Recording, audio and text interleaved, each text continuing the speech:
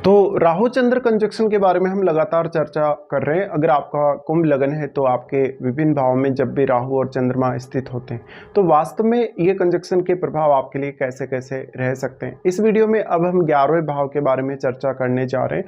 अब तक हमने 10वें भाव तक चर्चा पूरी की है। 11वें भाव में अब जहाँ राहु नीच की स्थिति में आ जाते हैं, जबकि यहाँ चंद्रमा अपने मित्र गुरु के घर में स्थित होंगे।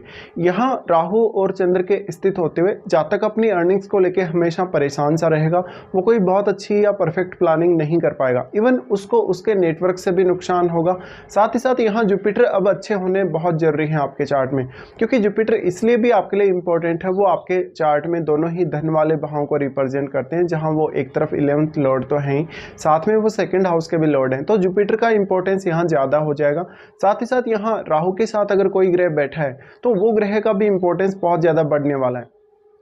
देखिए, राहु और चंद्र का ये कंजक्शन मेनली क्योंकि चंद्रमा यहाँ 6th लॉर्ड है। 6th लॉर्ड होने के केस में आपको काफ़ी ज़्यादा इश्यूज शुरुआत में देखने को मिलेंगे, जहाँ पर या तो आपको प्रॉपर अर्निंग होगी नहीं, अगर होगी तो अर्निंग में बहुत ज़्यादा उतार चढ़ाव रहेगा।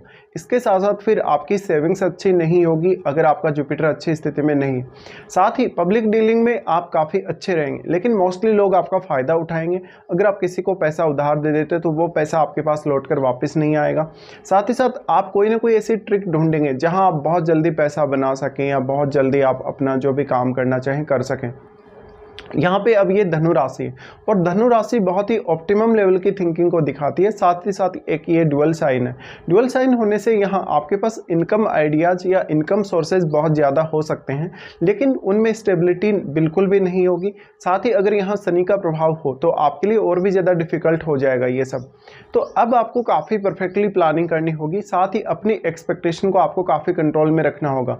अगर मान लीजिए 11th हाउस पर कोई फायरी प्लैनेट का प्रभाव है, उस केस में आपकी एक्सपेक्टेशन उतनी ही ज़्यादा तीव्रता से बढ़ेगी। लेकिन अगर कोई शुभ ग्रह का प्रभाव हो तो राहु उस ग्रह को काफ़ी मल्टीप्लाई करेंगे। तो आपको उस हिसाब से देखना होगा जो भी प्लैनेट है वो यहाँ कौन कौन से प्रभाव आपको दे सकता है, और वो आपके चार्ट में किसी न किसी भाव का स्वामी अवश्य ही है।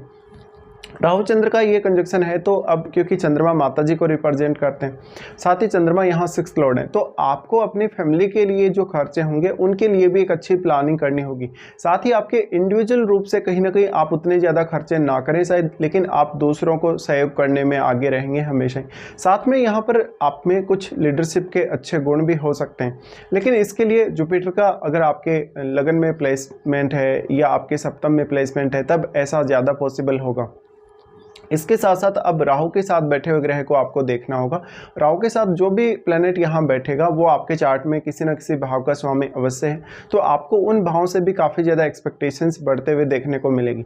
राहु चंद्र का ये कंजक्शन आपको बेसिकली ज्ञान के मामले में काफ़ी अच्छा दिखाता है, और आप लेकिन निर्णय लेने के मामले में उतने परफेक्ट नहीं होंगे। साथ ही आप अपने निर्णयों को लेकर थोड़े ज़्यादा रिजिड होंगे, क्योंकि आप शनि से संचालित होते हैं, आपके लग्नेश शनि है, तो लगन में बैठे हुए प्लैनेट का भी इंपॉर्टेंस यहाँ होगा ही, क्योंकि लगन में बैठा हुआ प्लेनेट आपको अपनी जो मेंटलिटी है वो प्रदान करेगा। तो जो भी ग्रह लगन में है उसी प्रकार की आपकी मेंटलिटी होगी, उसी प्रकार से आपकी अपेक्षाएं बढ़ेंगी। साथ ही साथ आप अपने एग्रेशन पे और अपने इमोशंस पे यहाँ कितना ज़्यादा कंट्रोल कर सकते हैं और कितना ज़्यादा आप रियल लाइफ में जी सकते हैं वो आपके लिए उचित होगा। यहाँ पर अब चंद्रमा जितने ज़्यादा राहु के क्लोज होंगे उतना ही ज़्यादा, क्योंकि चंद्रमा 6th लॉर्ड है। 6th लॉर्ड होने से अब आपके अर्निंग्स पे काफ़ी ज़्यादा खतरा रहेगा।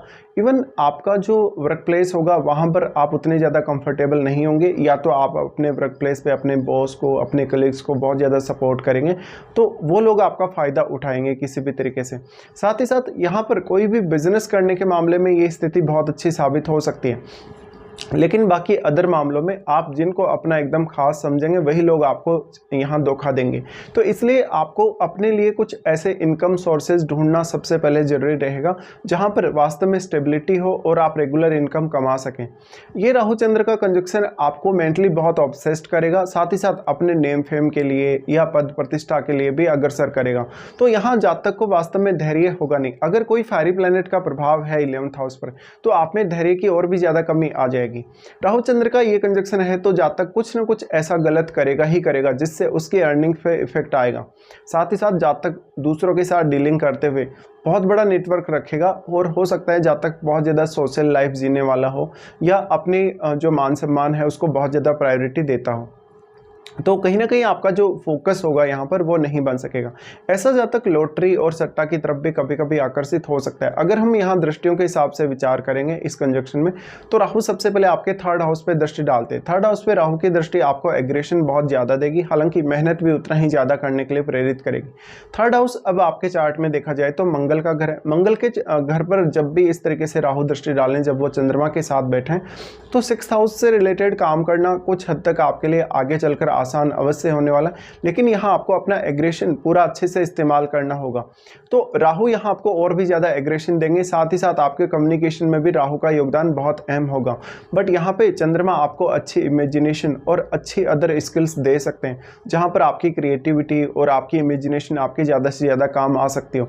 बट यहाँ पर आप कोई भी ऐसा रिस्क लेने से बचें जहाँ पर आपको कोई बहुत बड़ा नुकसान हो रहा हो। राहु का दृष्टि जो थर्ड हाउस पे रहेगा, आपके जीवन में यात्राएं बहुत ज़्यादा रहेंगी, आप सेल्फ ऑब्सेस्ड बहुत ज़्यादा रहेंगे। अगर यहाँ पर शनि का संबंध है थर्ड हाउस से, या शनि का संबंध इवन अगर राहु से बनता है, तो ये आपके लिए और भी ज़्यादा थोड़ा सा डिफिकल्ट हो जाएगा। राहु का दृष्टि जो थर्ड हाउस पे है, अब अपने भाई बहनों से, अपने रिलेटिव्स से या अपने पड़ोसियों से कोई बहुत बड़ी एक्सपेक्टेशन ना रखें। आप लोगों को ही उनकी ज़्यादा से ज़्यादा जिम्मेदारियाँ वहन करनी पड़ सकती हैं। थर्ड हाउस पे राहु दृष्टि डालें तो आपको साहस अच्छा प्रदान करेंगे, अगर मंगल आपके चार्ट में अच्छी स्थिति में है।